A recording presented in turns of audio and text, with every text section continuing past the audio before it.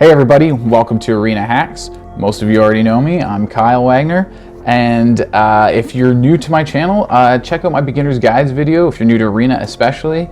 All kinds of great tips for how to build your collection, get a bunch of free cards off the start, and just get your count started and everything like that.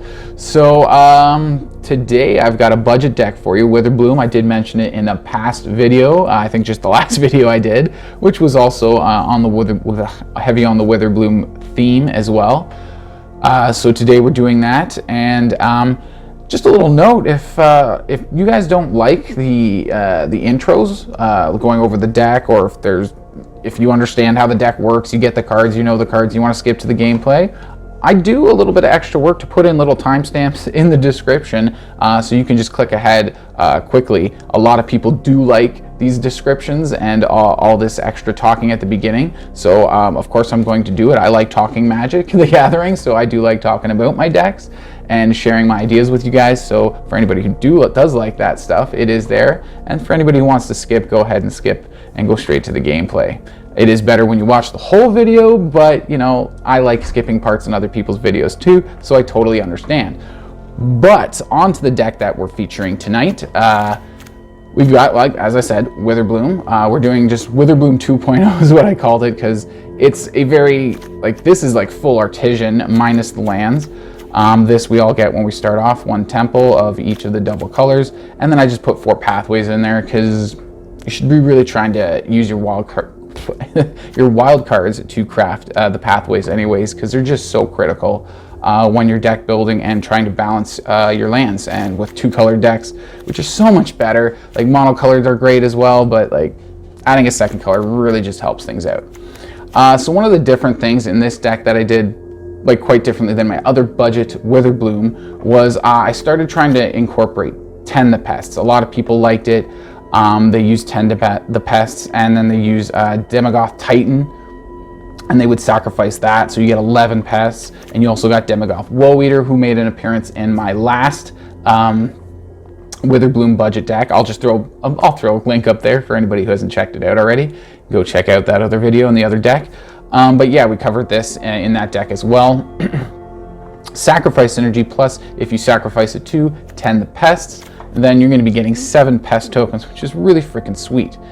Now, the reason why I didn't do that in my other budget deck is because Daemogoth Titan is a rare card. So I wanted to try to avoid as much rares as I could. So by only having Woe-Eater and Tend the Pests, 4 copies of each, I found it was actually rare that I was lining up Tend the Pests and Woe-Eater at the same time. It's like if I had Tend the Pests, I didn't have Woe-Eater, and it ended up being a dead card in my hand because I didn't want to cast it on a little pest token or only get it's equal to the power, right? Let's say gains X with sacrifice creature's power, right? So it's like a lot of our creatures either only have 1 or 2 power, right? So it was like I really didn't want to use it on any of those other creatures and get only 1 pest out of it. It just didn't make any sense. So it was pretty much a dead card most of the time, unless I happened to get my Daemogoth Woe-Eater.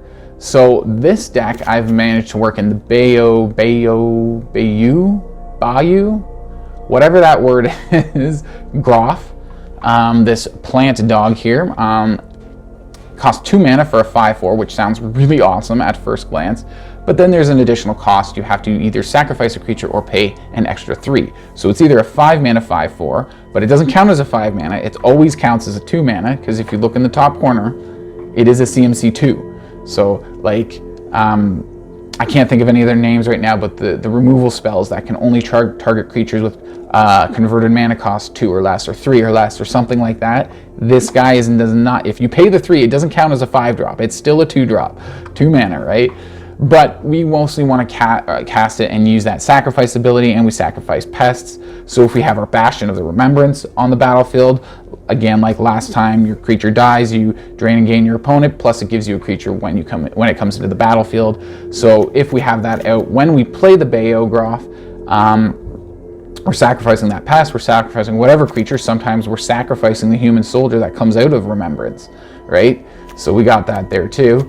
And then we can sacrifice Tend the Pests on the Groff after we try to attack with it, maybe get some damage in. It is a 5/4 for 2 mana, so it's really sweet when we get Eyetwitch on our first turn, and then second turn Groff and sacrifice the Eyetwitch.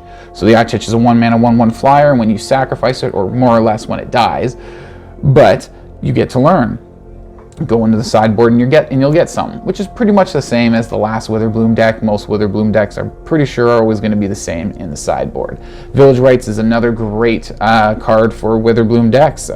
Sacrifice those pests, sacrifice the little one, the human from the Bastion of Remembrance, whatever, and you get to draw 2 cards, which is just really sweet at instant speed. Plus, it's the sacrifice synergy, so it goes along with this whole deck theme anyways. Hunt for Specimens, again another classic Witherbloom spell, triggers any Magecraft from your Witherbloom Apprentice, gives you a pest token, and accesses your sideboard with a learn. Again, Plumb the Forbidden, one of the main game enders in Witherbloom decks. Of course, as you already know, you can, when you cast this, you may sacrifice any number of creatures that you control, and when you do, you just copy the spell for each one of those, each creature that you sacrifice. So you draw a card and lose a life for each one of these you copy, plus the main one that you cast. The Groff I just went over, Dina Soul Steeper. Whenever a creature, or whenever you gain a life, Dina gets to drain an extra life from your opponent, and you've got that extra little 1-mana sacrifice synergy. We don't really use what the ability does. We really only care as just an extra way for cheap little 1-mana sacrifice a creature. It comes in clutch a lot of times, especially if our opponent is about to shoot down our Daemogoth Woe-Eater with a Heartless Act or something like that. We can then sacrifice it to Dina Soul Steeper, and we get the sacrifice synergy from it. So we get to, when you sacrifice Daemogoth Woe-Eater, each opponent discards a card, you draw a card, and you gain 2 life. So we can do that with Dina at instant speed, and because of Dina's ability and that whole thing about sacrificing her other creature, she gets +X+0, where X is the creature's total power. So she gets a +7 boost. Now that's a +7 boost, so she's already 1/3. So that makes her an 8/3 until end of turn when you do that. So that can sometimes be handy too, giving her that extra power. Whew, sweet. Anyways, Tend the Pests, I already went over that. I really built this deck kind of more around that because I didn't have it in my last deck, and some people asked why, and I did explain to you why earlier, and that's what I said then too. But Witherbloom Apprentice, again, another classic Witherbloom creature here. When Magecraft ability, whenever you cast any one of these non-creature instant or sorcery spells, or when you copy them, so when you're copying Plumb the Forbiddens, it gives you a lot of extra drain and gain triggers. Just like the Bastion of Remembrance, it's just triggered slightly differently. So it's triggered whenever you cast any of your instants or sorceries, or anything that you get from the sideboard, and it's also triggered for all of those copies of Plumb the Forbidden as well. Bastion we went over already, and they're all pretty common. I mostly explained to you with the Groff, the Daemogoth Woe-Eater, and the Tend the Pests, what I was doing differently in this deck as opposed to my last budget Witherbloom deck. And this one's more budget. There's no rares, there's no mythic rares in the main deck. I think the last one didn't have any rares in lands, but it had 2 mythics and 2 rares in the main deck, so it actually works out the same, or a little bit less actually, because there's no mythics. But yeah, these pathways really do help smooth out your mana colors and really help. You need forest, you need green in this deck, but with all these low mana black spells, it's like you need black first. Black is more important, but then you also need, it's like you need both mana, like really badly, one of each. So you just gotta have those rare lands in here. It really just smooths everything out. Other than that, let's get to some gameplay now and see how it works out. It's pretty cool.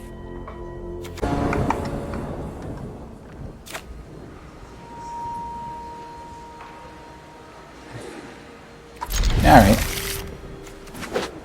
I wish we had a 1-drop. Oh, come on, 1-drop. Like the bat, the Eyetwitch. Ah! Ooh, we got a tap land. Let's do that first. So we're going to have to do Hunt for Specimens, get ourselves a little pest token. Not sure what we're going to learn. We don't need lands, so I think we learn Pest Summoning, I guess. Yeah, Pest Summoning.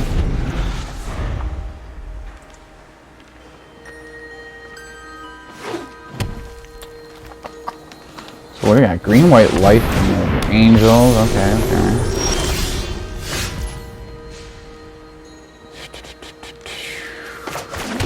Let's go this way, and then I think we got Tend the Pests. So we can sacrifice this guy later to get a bunch of pests. I think we go for it.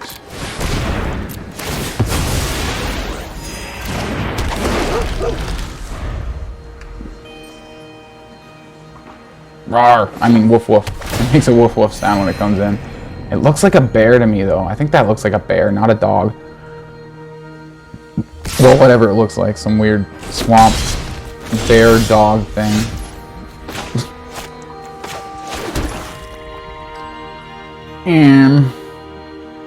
Yeah.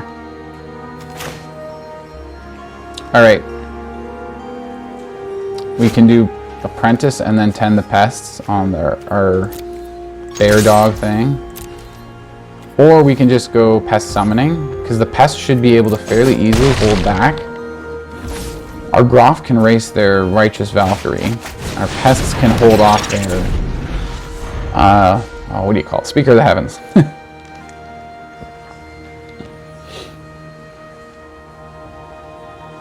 I just hope, so what do they got? White, black, and green.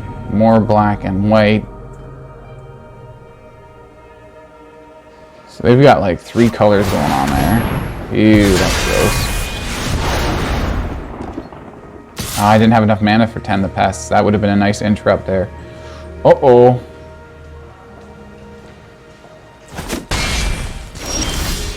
Maybe we... Oh god, I don't know what to do now. Let's go Dina.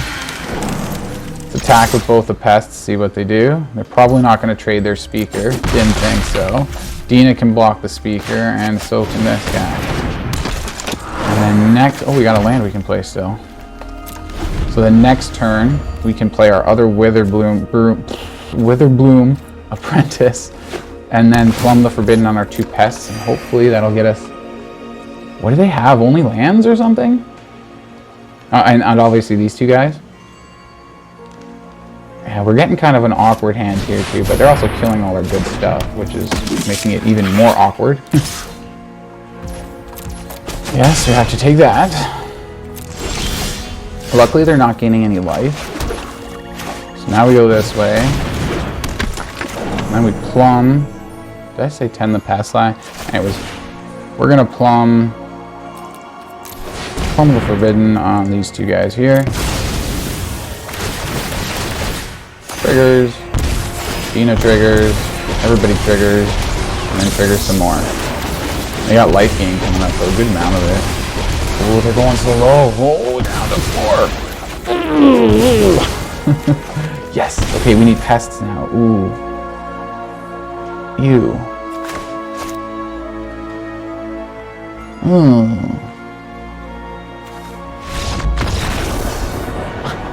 I was just trying to think. I'm like, okay.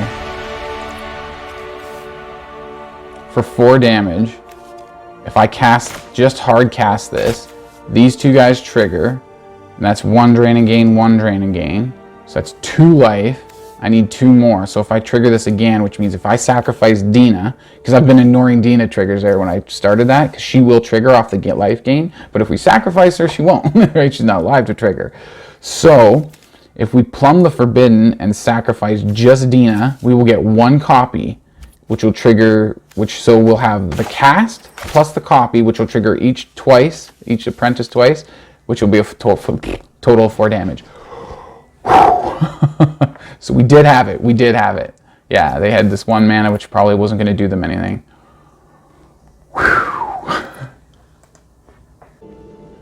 Okay.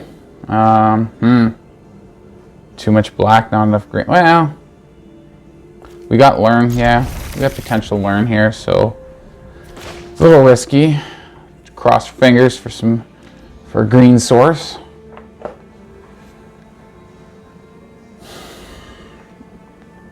Opponent's still thinking on that mulligan.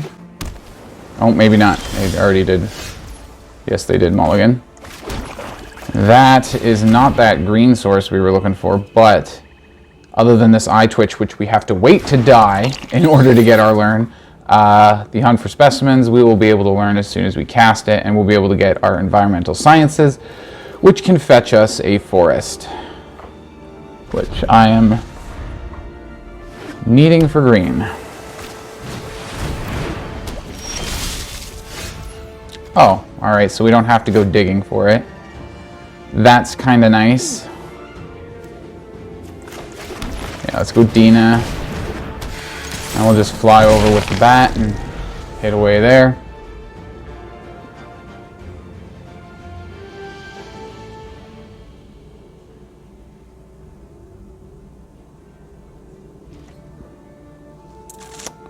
On to attack. Just mono blue so far. Okay, no attacks. I guess, yeah, we just go straight into Bastion. Peg away for another in the air with the Eyetwitch. Okay. What does this thing do? Just taps my Eyetwitch. Okay. So opponent's being excessively annoying. Cast your first spell, yeah, so they only get to do it once per turn. It's during our turn, right? During opponent's turn? Yeah. What's this one? I get first spell during each opponent's turn. Draw a card. Wow, they have the starter deck and they're getting all the cards that synergize. There's these starter decks, they don't have a lot of cards that are triggered the same way like that, and this guy's just getting them all. We don't have whatever the Tend the Pests for sacking this. We do have some food to sacrifice to it. I think we go Witherbloom Apprentice, and then we're going to hunt for Specimens. And I guess we grab... Let's get some more... whatchamacallit there. Should we save this to block in case they... let's get it in because they're fine. They haven't been attacking yet. So let's get some flying damage in. 2 Plumb the Forbiddens now. That will be sweet. Actually, we go like this. We Plumb the Forbidden. That'll leave us with 3. So we can draw 4. And we'll do that during their turn. So they counter the spell. Okay. Well, that's a few less triggers for our, what is this? He draws a card. For our Plumb the Forbidden. Because all we were going to do was cast Dina, and then end turn. Excessively annoying with the curve our opponent's been getting. So here we go. 3 of them.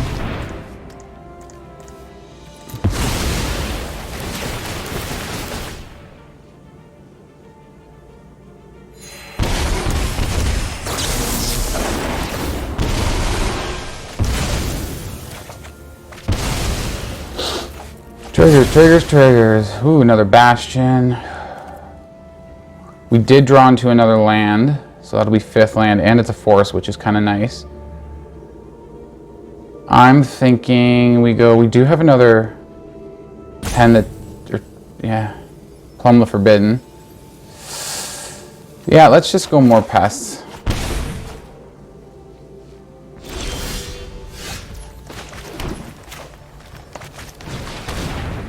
So go this way, and then we should actually probably go Bastion after this. There's a counter. It's better they counter that than countering my Bastion.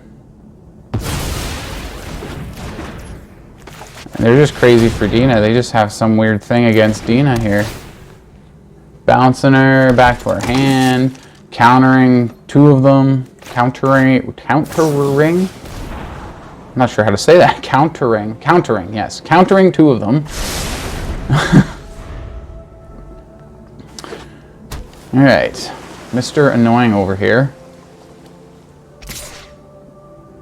We've got quite the lead on health points and everything. No attacks. They figure we block, we gain life. They lose life and all that stuff, which is probably about true.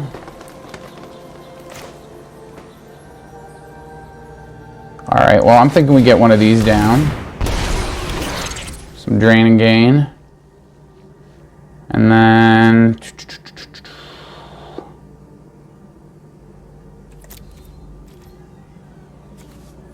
let's just attack with that guy, see if they block. They'll probably just take it. It's more damage with the two, the two bastions. It's more damage to them if they block and kill my guy. So we'll end turn. I'm waiting on Village Rites right now. Could even do Plumb the Forbidden too. That's really bad. What does it do next turn? Tap all non-land permanent target opponent control on the tap during the next one. Tap. That sucks. It just means they're going to have a turn where they got wide open attack. But they're at 8 health, so we may be able to gain enough life and do enough stuff to survive this anyway. So we're going to hit them more now. That guy dies. More triggers here. They're down to 5. We've got Plumb the Forbidden, and I'm pretty sure enough creatures out there that Plumb the Forbidden should be the end of it. 4 of it, yeah, like... just boom, like that. Whole bunch of triggers. Boom. That's how she rolls.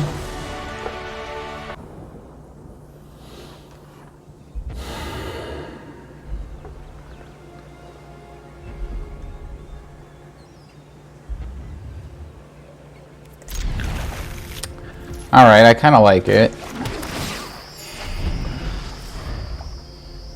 I wish we had a third land, but we can hunt on our second turn if this is not a land. So we can hunt for specimens and grab a Enviroscience here. I like that for a short term, Enviroscience. Envirosciences. Okay, Plumb the Forbidden. That's not bad. And we get bumped for land again. Let's just grab black. We got 1 green out there technically. And 3 black at the same time, sort of, so it's kind of cool. Oh, excuse me. 3/6. No, we don't want to Village Rites this pest because we're going to have a lot of cards next turn. And not a lot of mana to cast spells, so... alright, let's see what they got for 1 black. Nothing else, just that Revitalize there. Mana, like it. We'll play this one on green, though.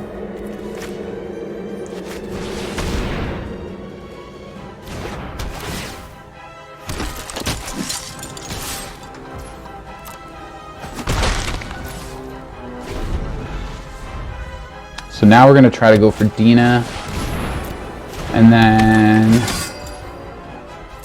maybe into a Village Rites later on. Ooh, a mana would have been nice. We could have done both Witherbloom and Dina into a Village Rites. But which is better, Dina? Well, Dina or Witherbloom Apprentice, it doesn't really make a difference. Do that, and then we Village Rites one of these guys. Doesn't really matter. It'll get us the same value.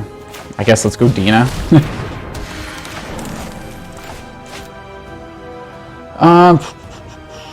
Do we want to attack in? Maybe with 1. Let's go that one, because we gain life from the Bastion, we gain life from the Pest token, and then, so which will trigger Dina, so Dina will trigger twice, the Bastion triggers once, so it's 3 damage just for them blocking that. Alright, now it's got Trample. Well, that's not nice. So I was going to block and sacrifice. Well, just take the damage then, because it won't block anything if I just block and sacrifice. Oh, of course. Here they go with everything. This is like the worst here, life gain, when they start just gaining just stupid amounts of life. Like, we just can't damage them fast enough.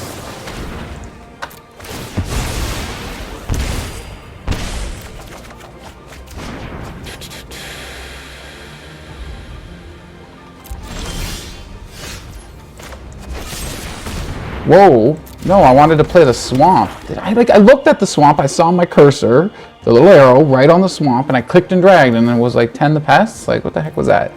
No, I very clearly grabbed the swamp. At least that's what I saw.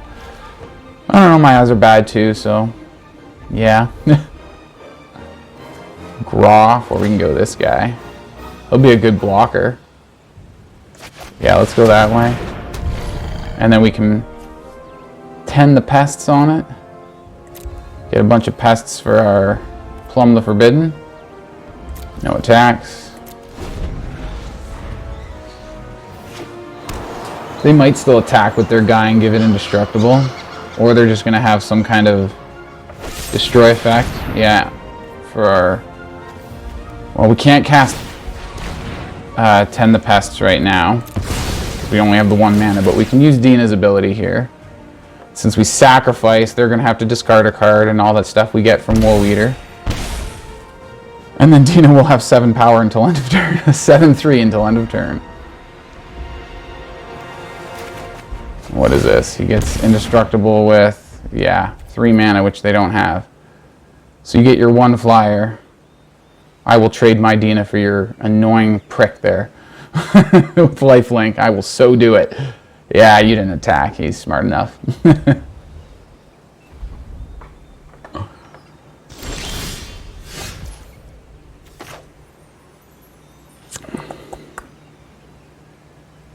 Well, yeah, we didn't make a round with our Woe-Eater.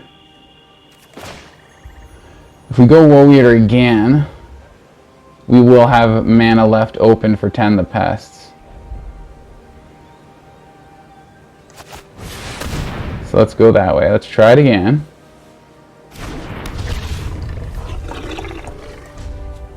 And the turn.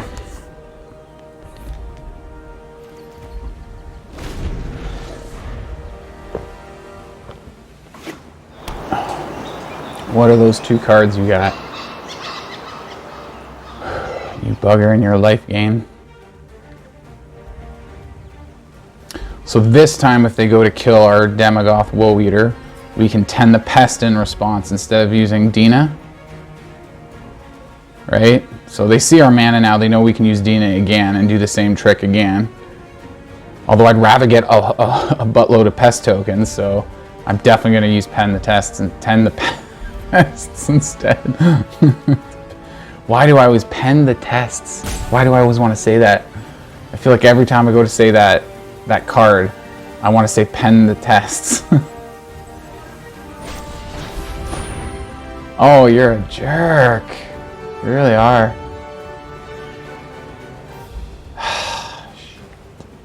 Yeah, that really screws over our plan a lot. Alright, let it go. We still have Witherbloom Apprentice that we didn't get out, so combined with Dina, we're okay. Oh, that's a poop again. They just have it all, don't they? They just always have it all. I can't stand it. Right to the last card. Like, man. We can still have this, though. They're going to gain life and do damage to us. It's going to be annoying as all hell. They're going to attack us in, and they're going to do an additional 3 damage from this guy's trigger. Gain a life here, but it won't do much. It'll absorb 1. It'll be 2. 2 damage. We'll gain 1 life and negate 1 damage, so it'll be 2 life that we prevent on us. And all, so... Now before our turn, sacrifice this. They don't have any cards to discard.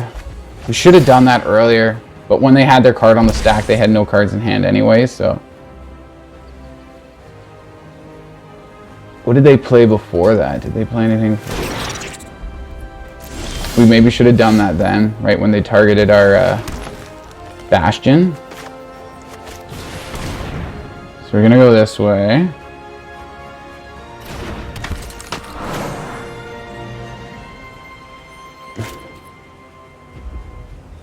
So I guess we just attack in.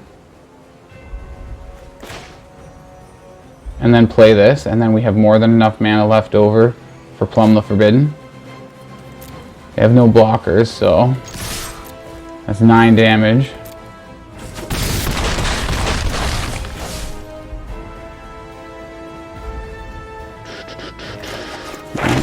One of these.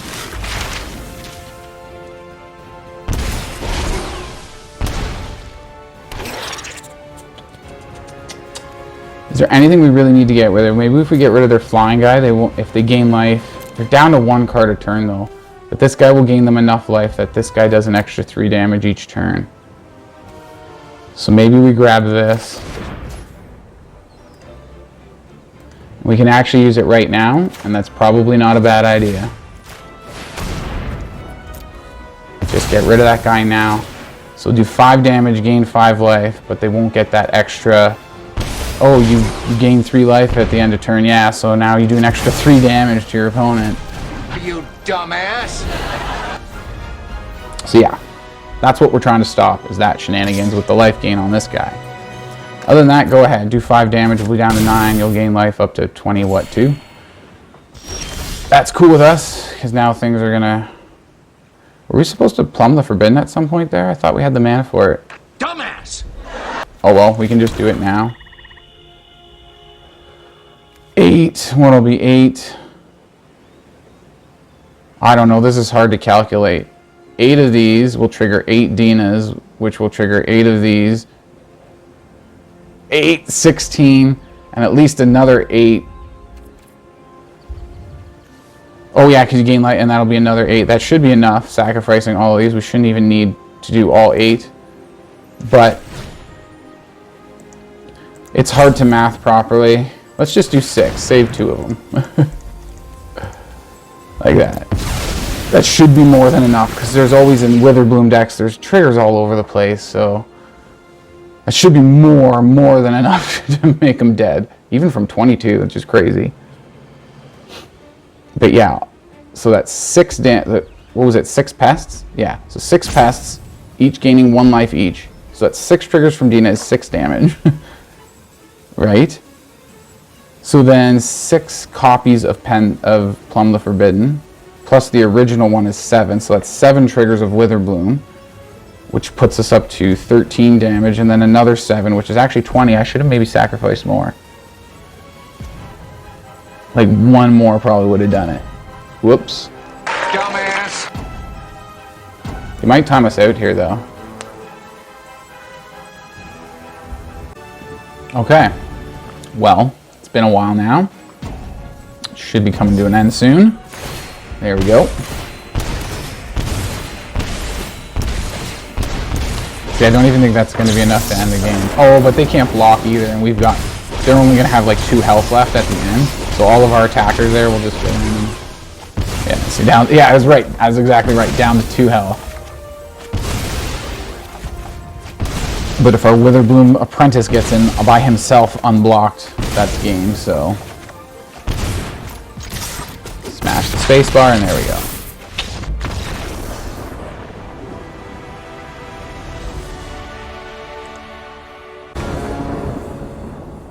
Alright, I like that land base, mana base, or whatever. Ugh. I don't like the Woe-Eater and the Bayou Groff together, though. We don't have much to play other than Dina, which I really don't like. And opponent goes first. We're really praying for a good draw here. Ooh, it's such a tough keep. But I like all those cards, though, too. They're all... I hate mulliganing. Oh.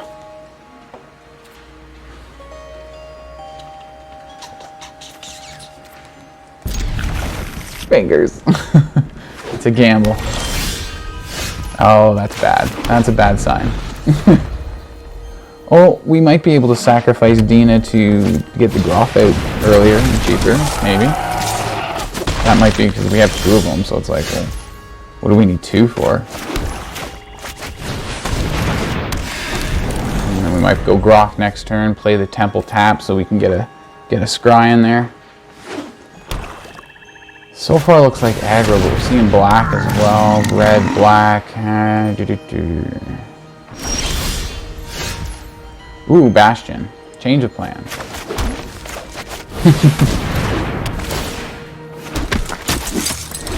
Something else now. What does this guy do again? At the beginning, you may sacrifice anything you do. He gets +2/+2 and trample until end of turn.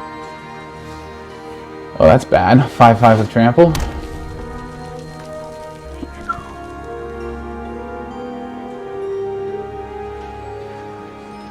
That Groff will help us out. So we might have to, if they sack a creature and give that +5/5 stuff. +2/+2, so it becomes a 5/5 until end of turn. Okay, so he didn't do it. Yeah, we'll take it this time. And then we'll go to Groff and we'll sacrifice this guy, but first they have nothing able to block. Before we play that land though, well, and then if we go Swamp, we might be able to go into Dina as well. Let's do that. Let's do Dina first, then Swamp. Then we attack with our token, get some damage, play the Gruff here. Bastion activates Dina, ping, ping, ping. And now we got a nice big boy out there. I like it. And Dina's back. Because they killed our first one. Oh, here's another one who just has it all, don't they? I need more pests now, like badly. Something to sacrifice to this, because they just keep blowing literally everything up that we have. They're down to 2 cards. They gotta run out of cards soon. Still not using that. They got some kind of trick they're gonna use on our Dina then? I guess. I can't see why they'd be attacking in carelessly like that. I probably shouldn't have blocked.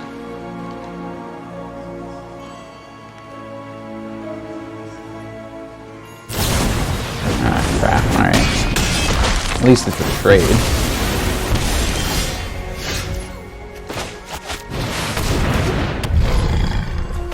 Discourage their blocking for a round. Oh, that would have been nice to have a while ago. Yay. So yeah, they know I'm gonna have, since the only creature, I'm gonna have to sacrifice it.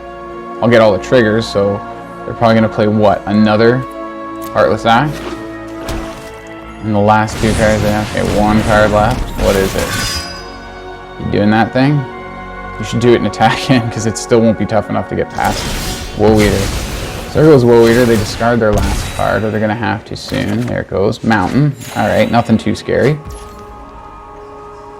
Alright, Pen the Tap.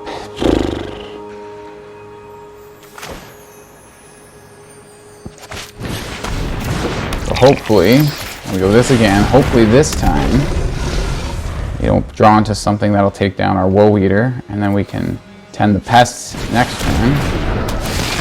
They get their Wolf Strider. That's probably pretty good for them.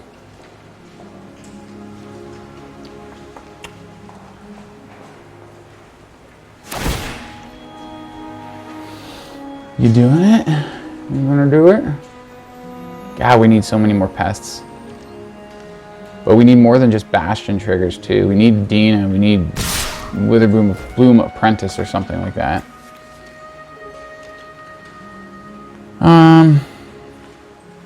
They have nothing in hand, so this seems like a weird attack.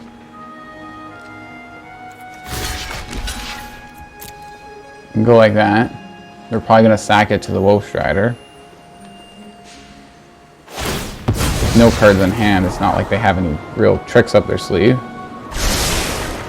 So they bottom that, they don't like it.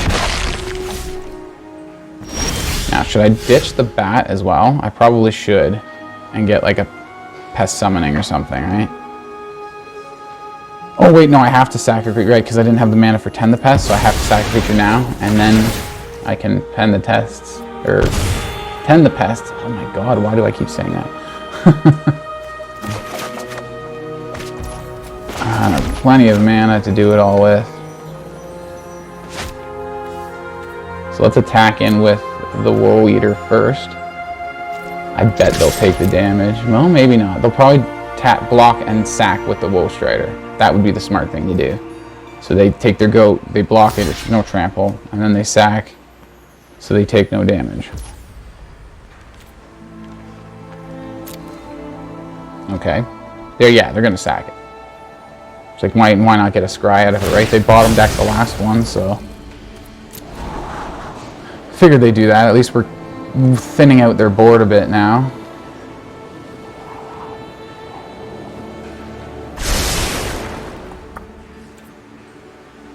Because this combat's not over yet. Yeah, see there, now we're on our second main phase here. Yeah, let's just go like this, and we can do this at instant speed. We may be even able to just sacrifice a couple pests still. One to the Woe-Eater, one to... No. Let's go for a big Plumb. See what they're able to do on their turn. Oh, I didn't pay attention whether they kept that last card or not. Well, that's not nice. Well, we need some stuff out of it, like the triggers that it gives us. They have no cards in hand to discard, but still. We're going to gain the 2 life. A whole bunch of pest tokens. Things are not looking good, but yeah, with this Bastion in the way, like, yeah, we can just block every one pest to each one of that. None of our pests will die because they're just going to sacrifice everything to the Woe-Eater. Let's go 2 here. That way the Woe-Eater dies. Gain a bunch of life, get a bunch of Bastion triggers, and then we got Plumb the Forbidden anyway, so they just let it all happen there. Gain a bunch of life, bunch of those. 5. Oh, we won't actually be enough to kill him though. Still say we do it though. 5. That probably won't be at. I think it'll only do 5 damage to him. But we're going to draw 6 cards. So we're going to have 2, 4, 5 mana with a full hand of 7 cards, and they have 1 health. Is there any way to squeeze 1 damage in there on them? Oh my god. Yes, there is.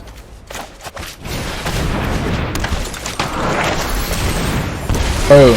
There it is. Magecraft trigger with a Specimen. Boom. 1 damage away.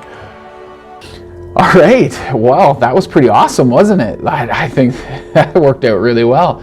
I was running this in the play queue for a while before recording this video, and it was kind of ups and downs. I had a really good run, win, win, win, win. Then I had a really bad run, lose, lose, lose, lose, lose. And then I was kind of win, lose, win, lose, win, lose, and it was kind of all over the place.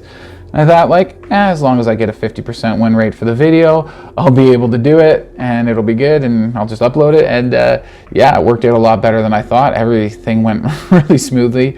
So, and that really just shows the power of this deck, and it's almost Artisan. You just maybe increase an extra 1 of these each. So you go 4 Jungle Hollows, 1 Temple of Malady, and then do 1 extra of each Swamp and Forest, and then to take out your pathways if you ever wanted to put this deck in an Artisan event, right? That's why I'm saying that. That's how you adjust your lands for an Artisan event. Or if you just don't have the pathways and you don't want to use the wild cards, I highly suggest you do. I know they're lands. It's a boring way to use your wild cards, but it's so critical. And these pathways are going to be around all next year, all this year, all next year. They're going to be in standard for a while. So they're really worthwhile. Other than that, let me know what you think of this deck. Did you see my last Witherbloom budget deck? What do you think of that budget deck compared to this budget deck? I personally like this one better. I think it packs a bigger punch. I think it just runs smoother in general. There's less problems, less sticking with mana, less, oh, I have my sacrifice but nothing to sacrifice it to, or, you know, it's like you're just not getting your thing. I think there's less of that. There's more just smoothness in running in this deck. But let me know what you guys think. Do you guys think my last budget deck for Witherbloom was better? What do you think was better about it? I like reading all these comments. I like to comment back myself, but I'll hear from you guys later. Like and share the video if you liked it. Subscribe to the channel if you haven't already. And yeah, as I said earlier, if you're a beginner, go check out my beginner's guide, fun of all kinds of good stuff. So that being said, I hope you guys have a great night, and I will see you guys later. Cheers.